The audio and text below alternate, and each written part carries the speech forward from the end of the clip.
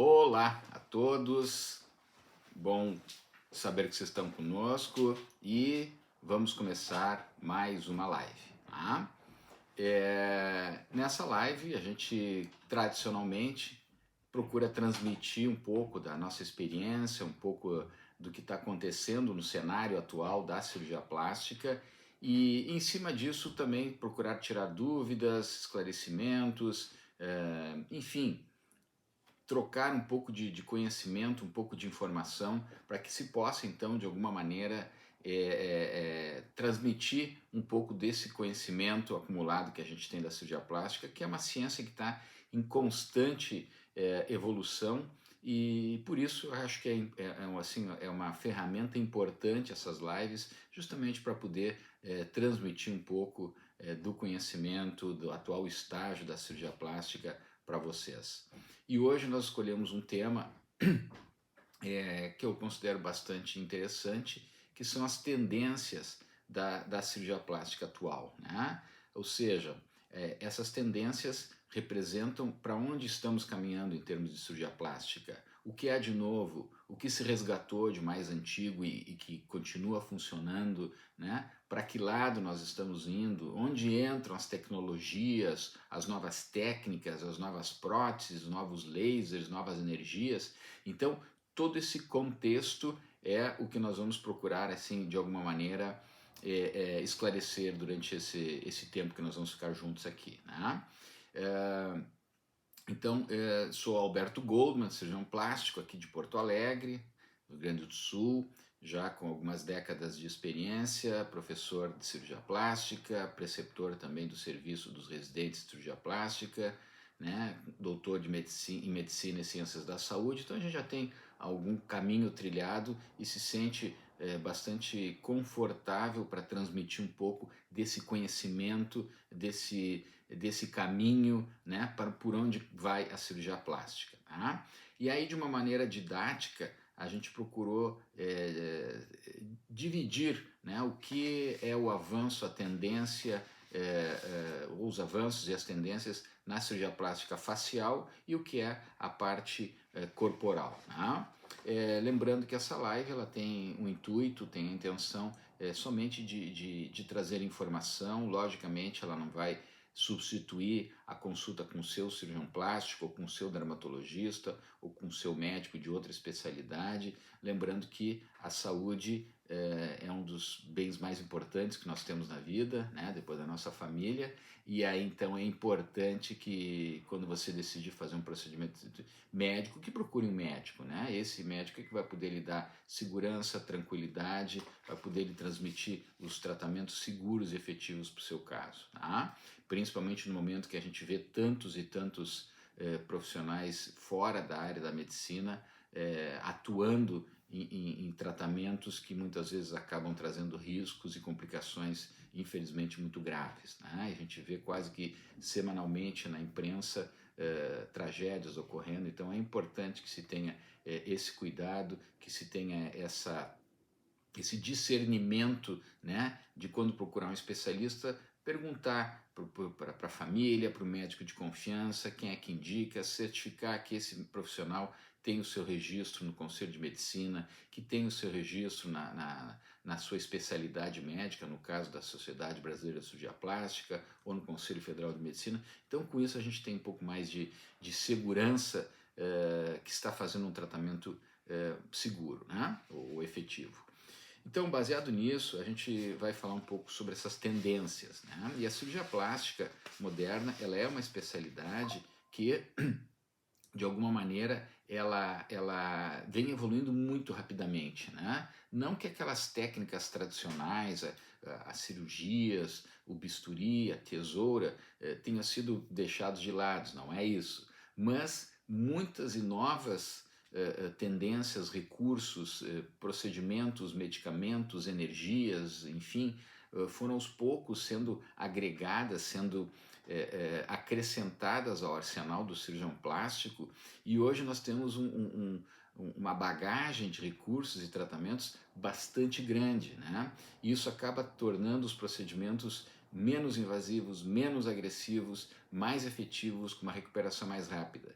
E essa seria mais ou menos a atual tendência, né? Quer dizer, tanto para a face como para o corpo, hoje as pessoas não têm mais aquele tempo, aquela paciência de poder ficar muito tempo numa recuperação, de ter que ficar muito tempo abrir mão do seu dia a dia, do seu trabalho, das suas atividades, do seu esporte, né? Então, esses procedimentos eles têm que buscar justamente uma recuperação um pouco mais rápida, né?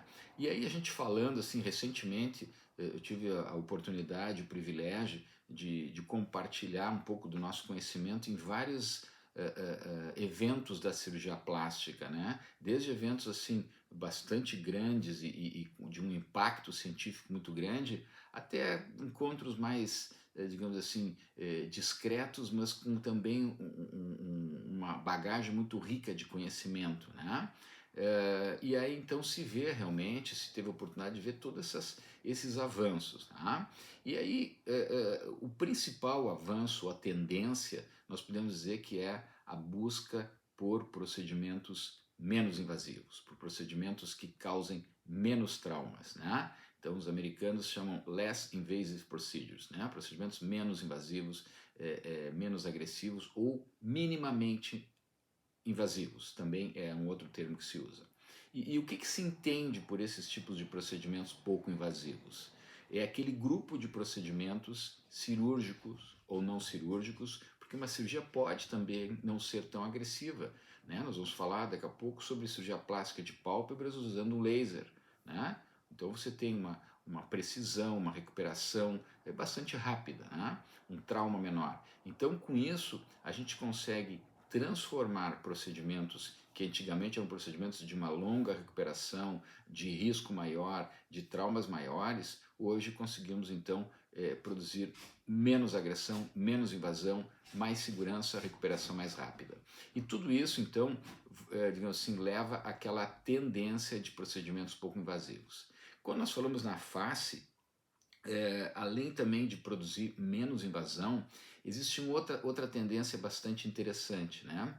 E aí pode-se falar também do corpo, que seria mais ou menos uma individualização dos resultados, uma personalização dos resultados. Ou seja, não temos resultado padrão, não é uma boca que é bonita para todo mundo, um tamanho de um seio que é adequado para todo mundo, uma marcação abdominal, uma paciente que vai fazer uma lipoaspiração, um mommy makeover, né?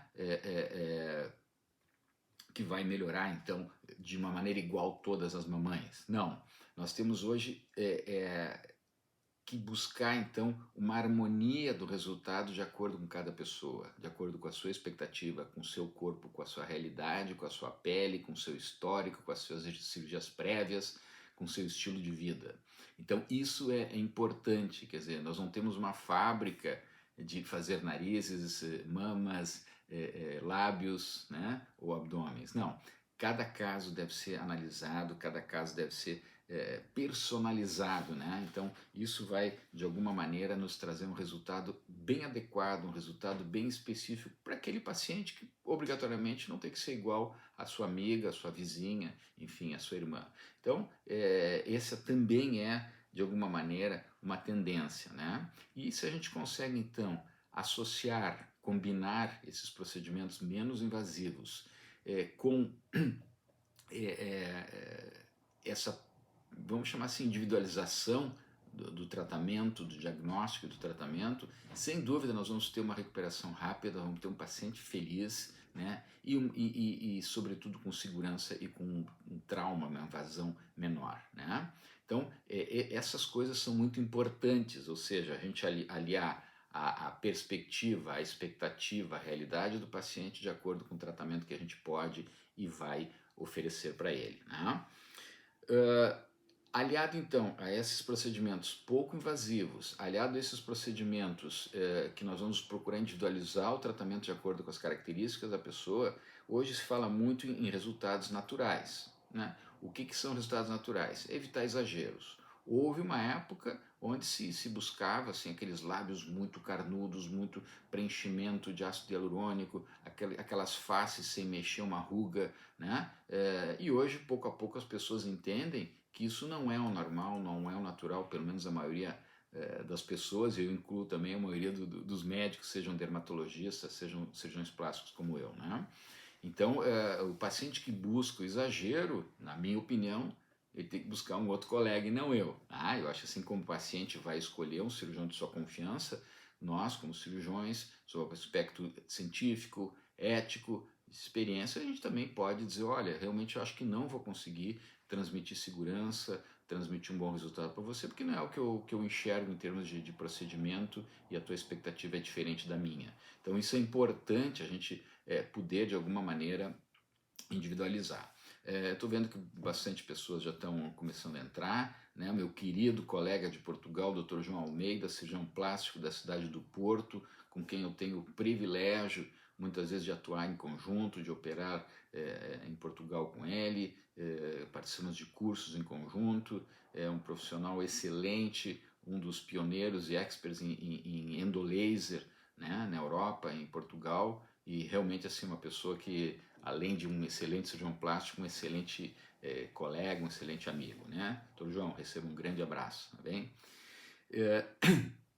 Então, falando nisso também, então, sobre esse resultado natural, é importante que a gente entenda, né, se a nossa naturalidade, a nossa expectativa de naturalidade é a expectativa do paciente também, né? Às vezes o paciente quer um resultado e a gente acha que é outro, então esse diálogo franco, esse tempo que nós vamos não perder, mas ganhar com o paciente antes de uma cirurgia, antes de uma aplicação de um laser, ele é fundamental, né? É um momento que a gente tem, um momento rico que a gente tem para trocar comunicação, para trocar a experiência, para entender o paciente, para o paciente nos entender, para olhos nos olhos, né? Então isso é um momento muito importante.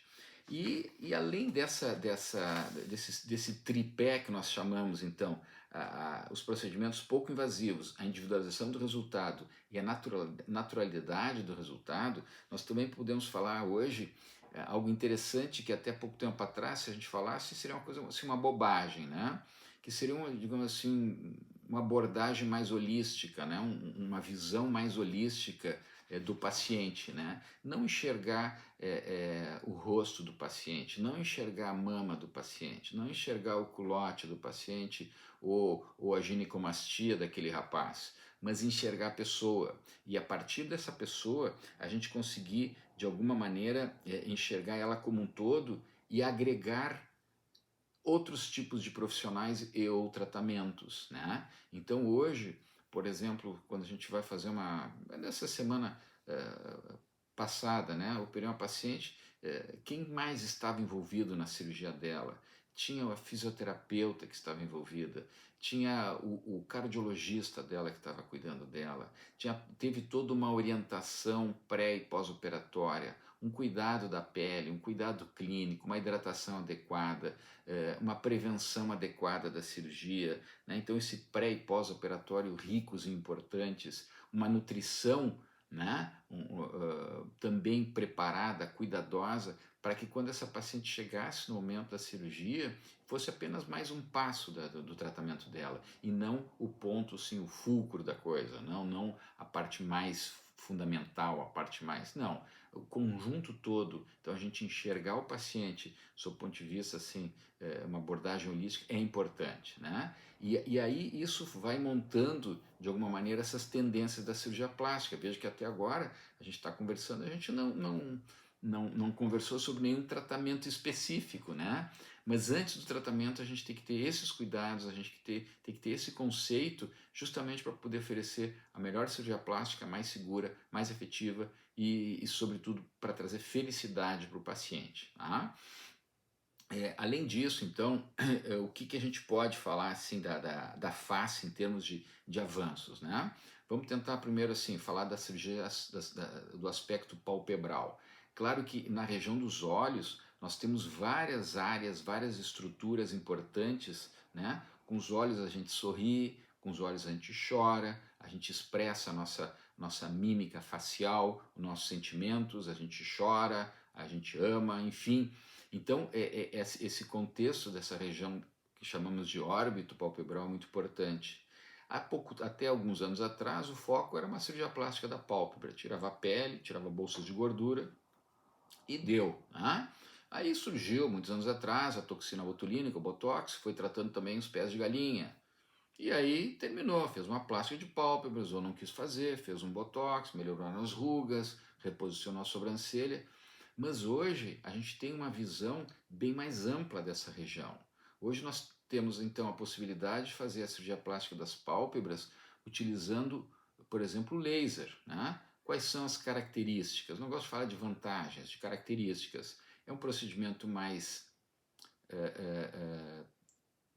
objetivo, em termos assim, mais preciso. Nós sabemos exatamente a estrutura que nós estamos cortando, ou cauterizando, ou vaporizando, justamente pela precisão, pelo detalhe do laser. O próprio laser, quando faz a incisão, quando corta a pele da pálpebra, do rosto, enfim, ele vai coagulando, porque isso é importante, porque aí nós não temos o sangramento. A cirurgia da pálpebra hoje pode ser feita toda ela com laser, abrindo mão do bisturi, né? Nós podemos vaporizar as bolsinhas de gordura e os músculos. Então, aquela bolsinha, aquela área mais proeminente vai conseguir retrair, né? Então, hoje uma cirurgia de pálpebra não dura uma hora, né? Um pouco mais, um pouco menos, né? Mas o importante não é a duração, mas é o resultado e a efetividade. Além disso, temos que lembrar que ao redor da pálpebra nós temos muitas estruturas ou características que podem também levar ao envelhecimento. E aí entra novamente as tendências da cirurgia plástica, né?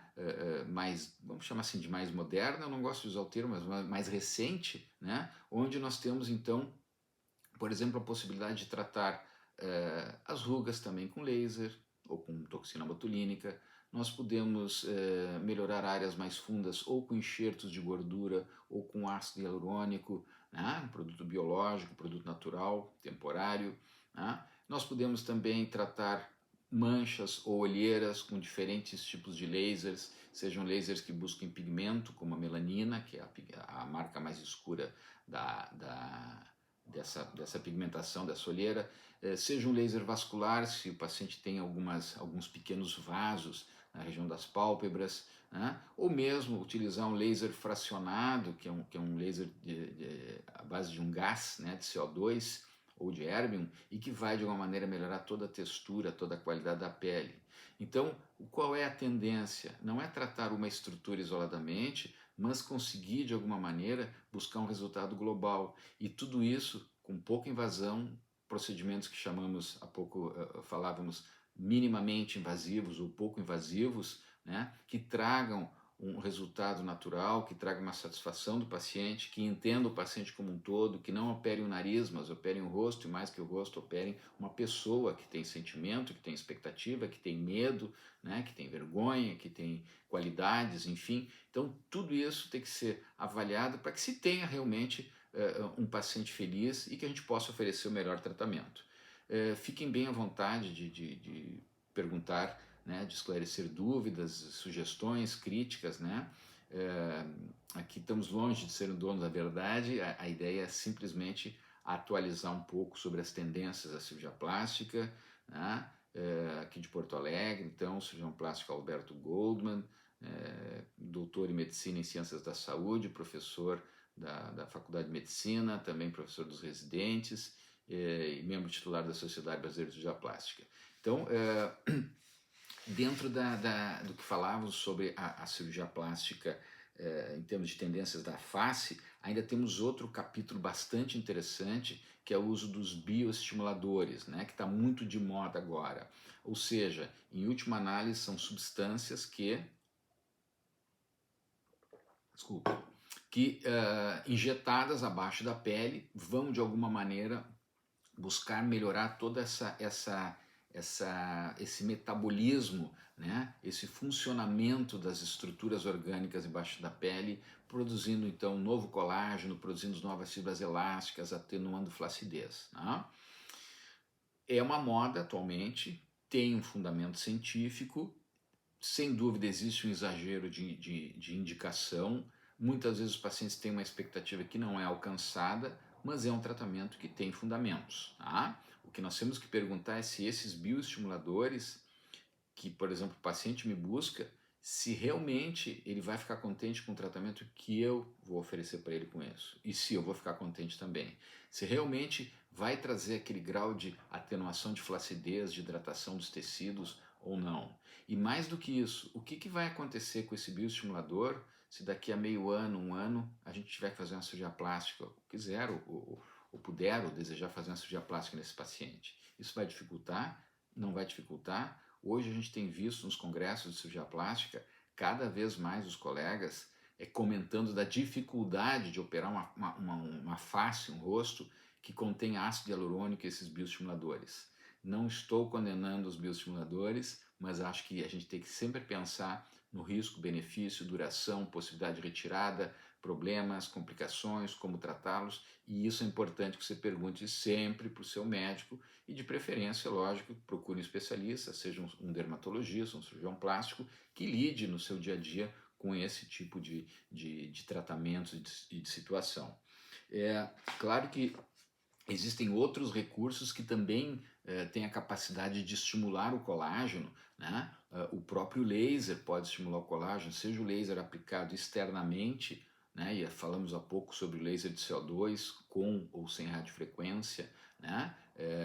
O que ele vai fazer é pequenos orifícios, pequenos furos microscópicos na pele, existe um scanner na extremidade do laser, então ele faz essas pequenas perfurações mínimas, como se fosse um queijo suíço. Cada furinho leva energia do laser para a profundidade, aquecendo essa região mais profunda, produzindo novas fibras elásticas, novo colágeno. Porém, entre um ponto e outro do laser, nós temos uma pele sã, uma pele que não foi tratada com essa energia. Então a cicatrização se dá de uma maneira relativamente rápida, né? Diferentemente dos lasers mais antigos, onde nós tínhamos 3 meses com a pele vermelha ou mais. Então é um laser mais seguro, com uma recuperação mais rápida e, sobretudo, muito efetivo. Pode-se dizer que hoje o laser fracionado de CO2 é praticamente o laser mais utilizado no mundo, né? O laser fracionado de CO2. Né? E ele não é utilizado, nós falamos no rosto, mas ele pode ser utilizado no colo, no pescoço, nas mãos, em várias áreas.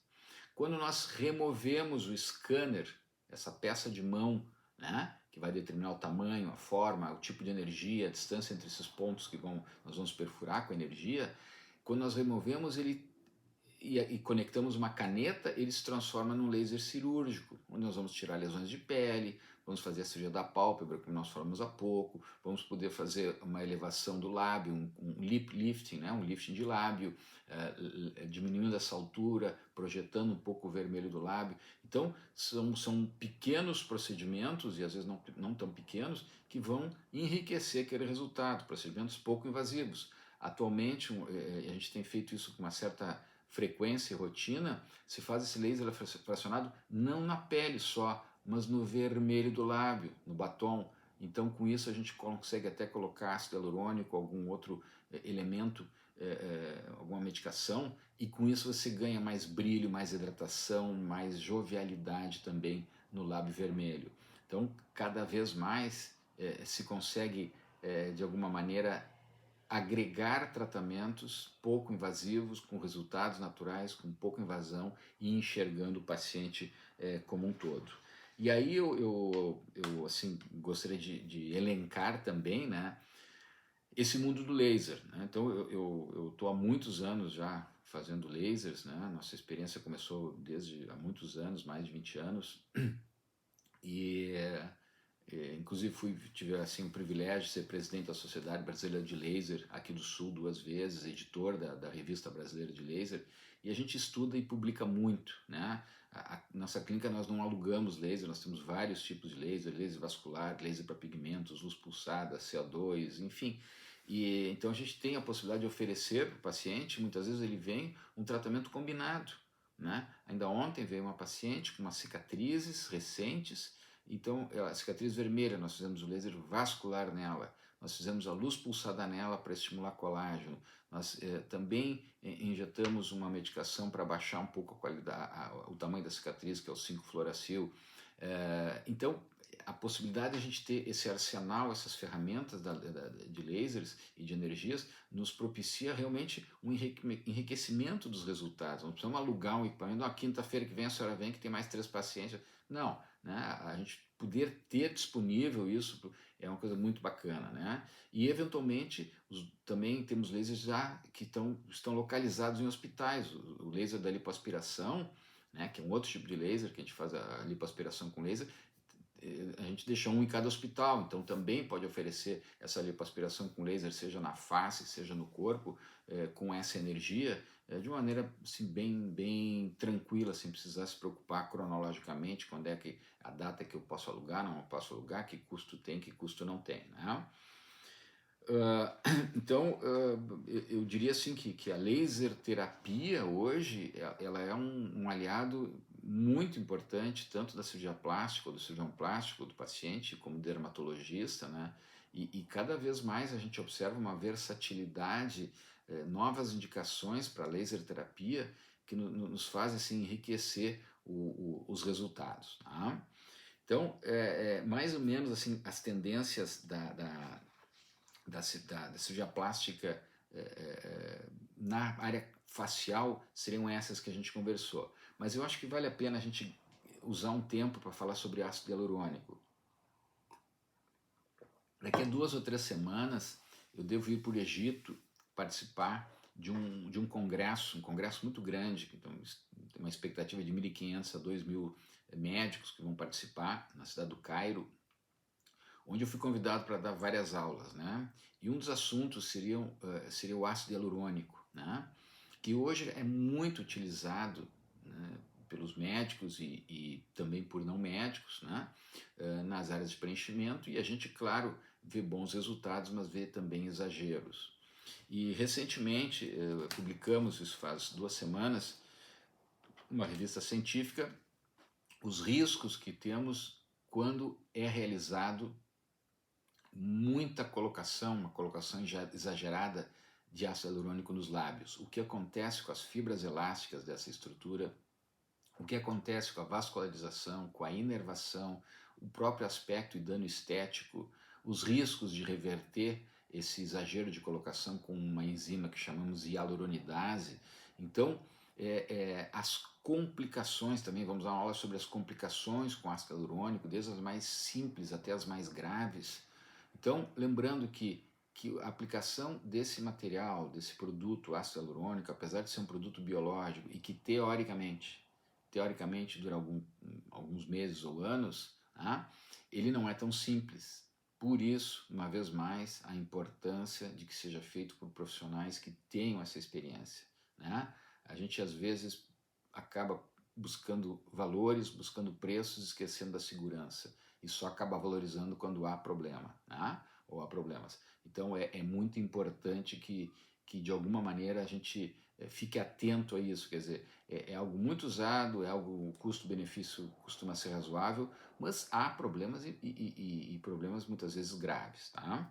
Com isso a gente mais ou menos fecha essas tendências, né, dos procedimentos da face. Eu só acrescentaria mais uma tendência que, na minha opinião, ela é tão importante como as outras, que é a sutilidade, né? Quer dizer, a gente tem um resultado sutil, a gente tem um resultado suave, a gente tem um bom resultado, né? E quando a paciente diz assim, mas a minha amiga nem notou, se ela não notou e tu notasse, é porque ela é ciumenta, tem ciúmes, ela queria estar fazendo o tratamento e não você. Então a sutilidade é evitar o exagero, né? A personalização do resultado é fazer aquilo que está em combinação, que está em harmonia contigo. Né? Fazer um tratamento minimamente invasivo ou pouco invasivo é ter uma recuperação adequada, rápida, mas um efeito digamos assim, real, né? Um resultado efetivo. Né? A gente individualizar, entender que cada rosto é um rosto, cada corpo é um corpo, cada idade é uma idade, né? E que aquele resultado que talvez para essa faixa etária fique bem, essa pessoa vai envelhecer. Como é que vai ficar aquele abdômen todo marcado quando essa pessoa tiver 50, 60, 70 anos? Vão poder reverter? Vai ficar natural? Então tudo isso é importante a gente pensar. E aí vamos falar um pouquinho também sobre as tendências corporais. Então, se a gente fala que que hoje os lasers representam digamos assim, um aliado importante nos procedimentos da face, a gente pode dizer que diferentes tipos de energias também desenvolvem um papel fundamental hoje na modelação corporal, né? Seja abdômen, flancos, coxas, culotes, glúteos, enfim, né? Então hoje nós temos assim aquela busca por uma, digamos assim, uma definição mais adequada. Antes você fazia uma lipoaspiração, tirava gordura e se o paciente tinha flacidez, atenuava um pouco, mas a gente não podia ir além daquele limite, digamos assim, de retirada de gordura sob o risco da paciente ficar, ou do paciente ficar com mais flacidez, né? E aí, então foram surgindo os recursos de energias que foram sendo incorporadas na lipoaspiração e com isso então melhorando também a capacidade de retração de pele e uma possibilidade de tirar um pouco mais de gordura mesmo naqueles pacientes que têm um pouco de flacidez. Tá? E dentro desse contexto a gente pode citar, né, inicialmente o uso do ultrassom, né, então seria a lipoaspiração assistida pelo ultrassom. Eu não vou falar nenhuma marca comercial, nem de lasers, nem de produtos, nem de ácido hialurônico, não tenho nenhum conflito de interesse, não vendo equipamentos nem produtos, né, e a ideia assim, é ser bem claro, bem ético, sem puxar para nenhum tipo de tratamento ou de marca, enfim, né? Eu posso dizer o que eu uso e o que eu não uso, e aí posso fundamentar, mas não acho que seja correto dizer que eu prefiro a prótese silicone da marca tal do que da marca tal, né? Então não tenho nem conflito. Então, sinto-se bem à vontade de questionar, enfim, alguma dúvida que vocês tenham. Então eu falava que o ultrassom, né, ele foi incorporado na cirurgia de modelação corporal, lipoaspiração ultrassônica, e o que se usa é um transdutor, né, de ácido inoxidável, e ele vai emitir uma onda, de alguma maneira essa onda vai fazer vibrar os tecidos, né, e a partir daí há o rompimento da célula de gordura. Um tempo que é aspirada. Um tempo mais tarde, então, nós tivemos o privilégio de publicar, assim, pela primeira vez no mundo, a técnica de lipoaspiração a laser com os conceitos atuais, né? Então, ao invés de usar ultrassom, nós temos uma cânula, uma fina cânula, onde dentro dessa cânula tem uma fibra ótica que leva a energia do equipamento até a extremidade. E essa fibra ótica, essa microcânula de 1 milímetro de diâmetro, ela é colocada embaixo da pele e vai atuando diretamente no tecido gorduroso, quebrando a célula de gordura, estimulando o colágeno, atenuando a flacidez, e essa gordura, essas células que estão desfeitas, elas vão ser então aspiradas com uma cânula fina e a partir do momento que esse tecido, essas células foram quebradas, estão rompidas, a gente consegue aspirar não com tanta pressão negativa, não com tanta força negativa, e com isso então a gente acaba traumatizando um pouco menos os tecidos. Né? Então a lipoaspiração a laser foi mais um avanço no uso de energias na modelação corporal. Inicialmente, quando começamos, isso foi publicado em 2002 por nós na revista da Sociedade Brasileira de Cirurgia Plástica, e mais tarde em vários capítulos de livros e outras revistas científicas importantes apresentadas em congressos no mundo inteiro. Eu tive assim, o privilégio e a oportunidade de ir para vários países da Europa para introduzir, para mostrar essa técnica, para os Estados Unidos também, praticamente para várias partes dos Estados Unidos, para América Central, a América do Sul, quase que todos os países por aqui. Então, realmente, assim, durante muitos anos o laser, ele apesar de no início ter tido muita resistência por ser algo novo, desconhecido, ele passou por etapas, né? Primeiro a etapa da crítica, depois a etapa da dúvida e por fim a etapa da aceitação, onde realmente a comprovação, as evidências científicas robustas acabam levando então a uma aceitação da técnica, uma universalização da técnica, uma regularização da técnica nos órgãos de competentes de saúde, né? Registros em Anvisa e tudo isso, né? E atualmente, além do laser e do ultrassom, que continuam sendo, digamos assim, os carros-chefe em termos de modelação corporal, foram incorporados, mas foram assim surgiram mais 2 ou 3 fontes de energia, a maior parte delas mistura radiofrequência, né? Também existe ultrassom microfocado, mas radiofrequência que acaba, de alguma maneira, quando misturada com gás, né? São os equipamentos que atuam internamente também, radiofrequência com gás acaba produzindo um estado da matéria que é o plasma, né? E esse plasma acaba atuando também nos tecidos, produzindo retração de pele, produzindo retração de tecidos e melhora da gordura localizada. Claro que a melhor técnica não é o laser, não é enfim, o ultrassom. A melhor técnica é aquela que o paciente vai ter o benefício, aquela que o cirurgião plástico tem experiência, aquela que vai trazer o melhor resultado para aquele caso, e não há uma técnica que sirva para todos, e não há uma técnica que todos os cirurgiões plásticos tenham que utilizar. Né? Uma prótese silicone, hoje tem tantas maneiras de colocar uma prótese em cima do músculo, abaixo da fáscia, cinta muscular, dual plane, quer dizer, às vezes até o cirurgião plástico fica confuso de tantas técnicas, de tantos recursos, né, que a gente fica até confuso. Eu agora rodei aqui a tela, a Teresa nos pergunta se ácido hialurônico para preencher na região das olheiras escurece a região. Bom, há maneiras de aplicar ácido hialurônico, há profundidades, nós temos que conhecer essa região das olheiras, é uma área muito delicada, a pele muito fina, o músculo muito tênue, então geralmente nas olheiras a aplicação é um pouco mais profunda, e dentro dos ácidos hialurônicos, Teresa, nós temos nós chamamos de reologia, temos várias densidades, né? Imagine assim, uma gota de água, você bota o dedo e molha o dedo só, mas a gota fica ali. Uma gota de óleo, você coloca e já fica um pouco mais no dedo e ali fica um filamento. E um creme, por exemplo, um creme Nivea, né, você coloca, já é um diferente. Então os ácidos hialurônicos eles têm várias características de resistência, de elasticidade, de densidade distintas. Então, na face, não tem o mesmo ácido que a gente preenche a olheira, não preenche o lábio, ou não aumenta um queixo, ou não retifica o nariz, ou não aumenta uma região, maçã do rosto, tá? Então, em tese, não tem por que escurecer a região, tá? Muitas vezes o que acontece é que já existe algum pigmento ali, já existe algum acúmulo de vasos sanguíneos e que fica um pouco mais evidente porque nós levantamos essa região.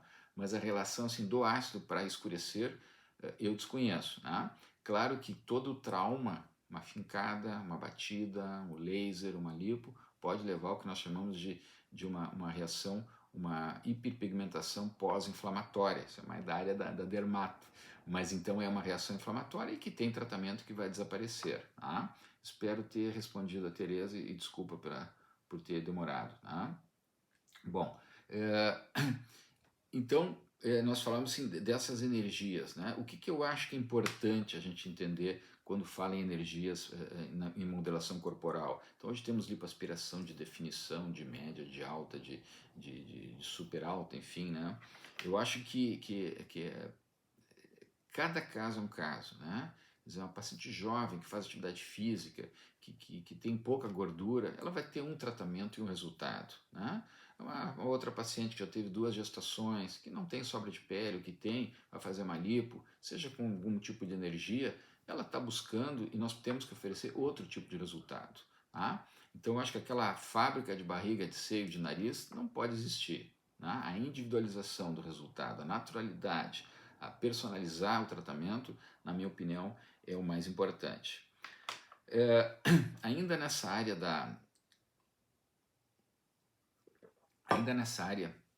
obrigado pela pergunta, Tereza. Fiquem bem à vontade também de questionarem qualquer tema que a gente possa, de alguma maneira, esclarecer. Tá? Então, outro assunto muito interessante na área corporal e que pode ser, e é uma tendência também na face, é que cada vez está se utilizando mais gordura. Né? A gordura é um órgão muito, muito rico.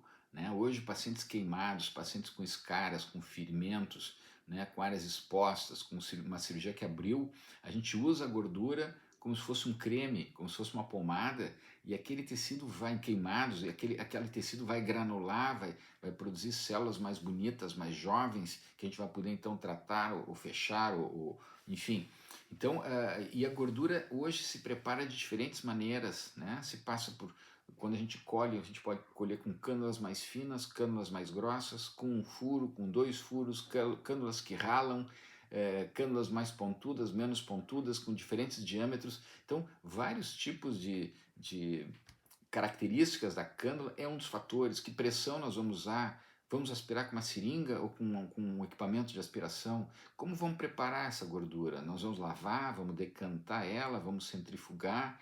Então, todos esses recursos acabam, depois vamos passar por peneiras, por filtros. Então, nós vamos obter diferentes qualidades e tipos de gordura que nós vamos poder preencher desde uma ruga muito fina até aumentar um volume, até complementar uma cirurgia da mama ou fazer, por exemplo, uma cirurgia híbrida, né? Colocar uma prótese, colocar gordura ou aumentar glúteo, né? A Tereza pergunta se o senhor pode falar sobre o laser e o PMMA. Posso e de qualquer maneira a gente vai também organizar uma live em algum momento sobre isso, tá? Mas então, só terminando, Tereza, sobre a gordura, então hoje a gordura ela é muito rica, né? Nas cirurgias da face, por exemplo, eu acredito que 80, 90% dos meus pacientes a gente complementa com enxertos de gordura sutil, né? Algo como projetar um pouco a massa do rosto, né? Aumentar o queixo, enfim, ou lábios, então pálpebras, então tudo isso hoje faz parte daquele arsenal de procedimentos e de tendências pouco invasivas que vão levar a resultados naturais, resultados efetivos, podendo ser combinados com tratamentos com energias, com toxina botulínica, com ácido hialurônico, com bioestimuladores, com radiofrequência. Então, assim, todo esse arsenal falando a favor de um resultado natural, um resultado seguro. Por isso, volto a reforçar, né? Importante para aquele paciente que busca uma cirurgia plástica, que verifique se seu cirurgião ele faz parte da Sociedade Brasileira de Cirurgia Plástica. Se não fizer, ele pelo menos que tenha esse título de especialista, que nós chamamos de RQE, Registro de Qualificação de Especialista, junto do Conselho Federal de Medicina ou do Conselho Estadual, Regional, perdão, de Medicina, né? Que pergunte para o seu médico de família quem é que ele indica, quais familiares que já foram operados por esse e por aquele, e sobretudo que ganhe tempo conversando, questionando o seu cirurgião. Tá? Cirurgia plástica não é passeio, não é festa, é medicina e tem que ser tratado de uma maneira séria, principalmente no momento que a gente tem muitos profissionais ou muitas pessoas não fora da área da medicina e que podem levar tratamentos com segurança, mas também pode levar com muitos riscos e complicações.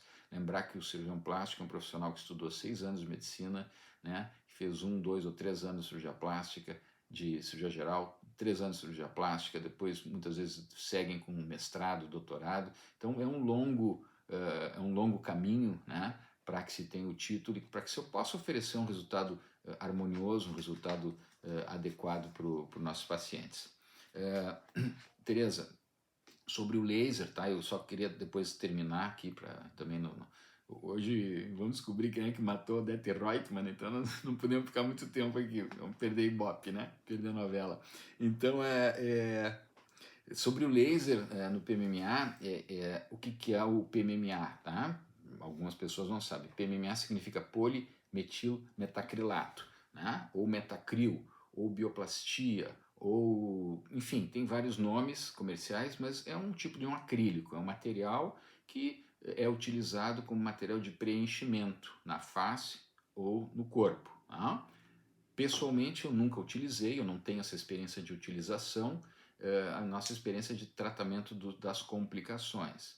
Então, alguns aspectos importantes. É um produto sintético, portanto permanente. Você colocando 2 ml, ele vai ficar 2 ml, né? A não ser que se tente remover de alguma maneira.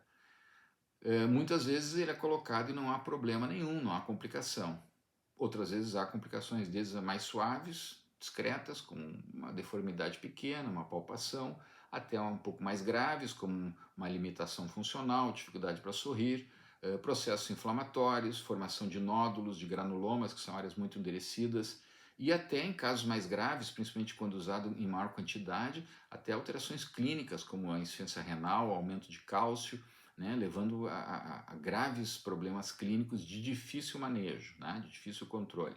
E essas complicações podem não aparecer, podem aparecer depois de 10 anos, 15 anos, 30 anos, então cada caso vai responder. E aí o que a gente fez foi, alguns anos atrás, nós publicamos alguns estudos, né, na literatura internacional, mostrando como se pode usar o laser no rompimento desse material na face, né? É um laser interno e através desse rompimento nós fragmentamos o PMMA, fragmentamos o metacrilato, esse produto, e então aspiramos. Tá?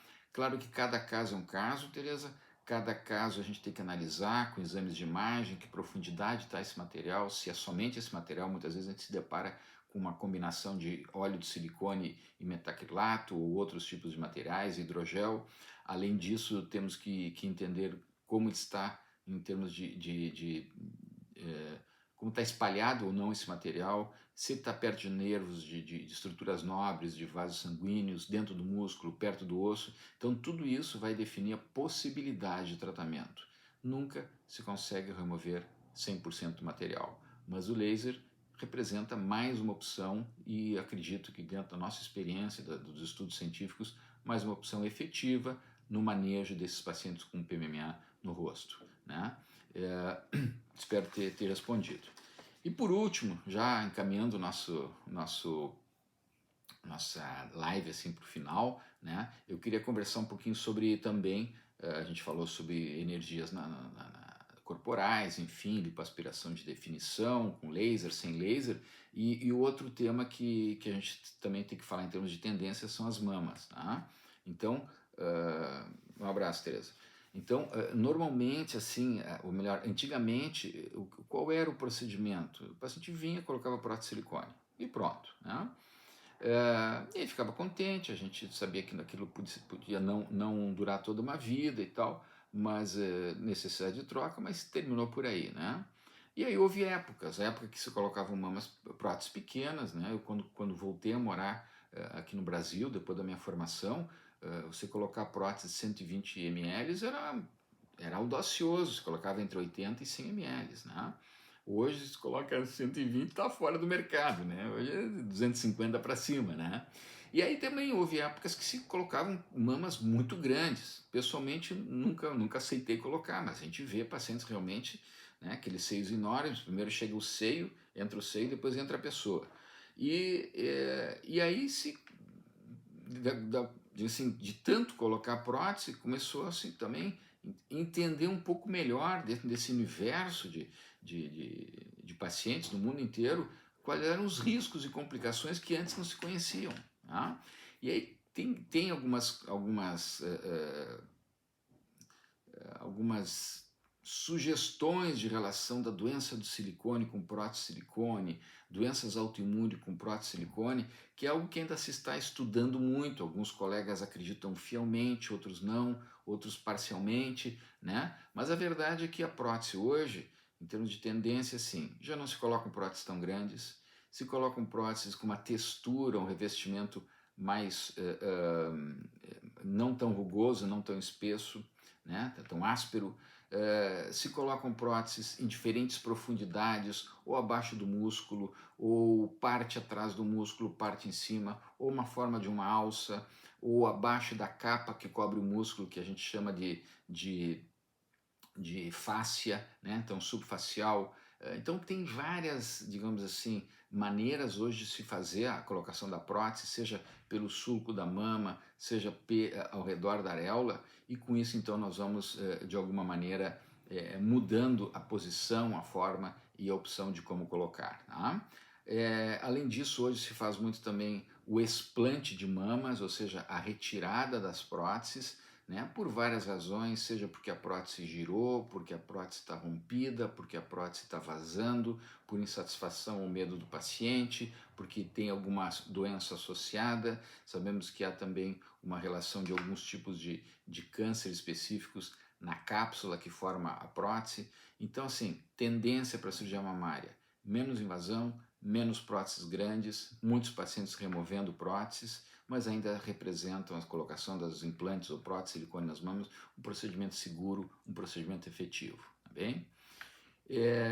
Eu acho que com isso a gente vai fechando então essa nossa live, né, onde a gente teve a oportunidade de conversar um pouco sobre as tendências da cirurgia plástica, né, esperando que tenha sido proveitoso para todos, desejando então um bom descanso e até a próxima, tá bem? Foi um prazer, um privilégio estar aqui com vocês até agora.